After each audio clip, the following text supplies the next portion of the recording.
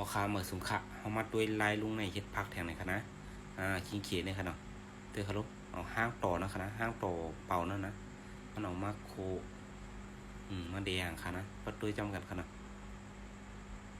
เตือนลุกเอากันมีดกันผ้านั้นตำเนี่ยเขามันโนดขังมันเหลวเลยนะคณะหัวมันเดียงของหัวคันนั้นโลเป็นฟองตีเนี่ยเขามาใส่เหมือนอย่างลงคณะ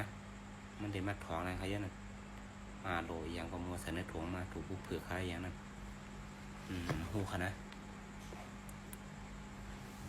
มันก็น่าจะเป็นกิริยามีคนจอยนะมันนั่นเนาะโลนั่นไข่เปี๊ยกก็สามารถถ่วงก็มดใส่แคมดีกาได้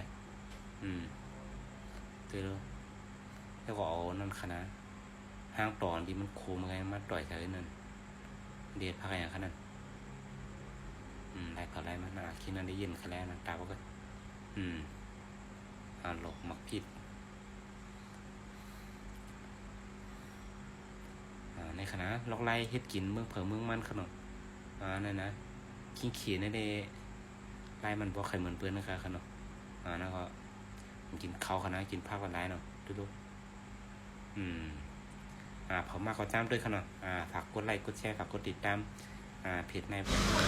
ป้ออะไรจะคลิปโพลเลยในค่ะเนาะฝากกดติดตามฝากกดไลค์กดแชร์ไป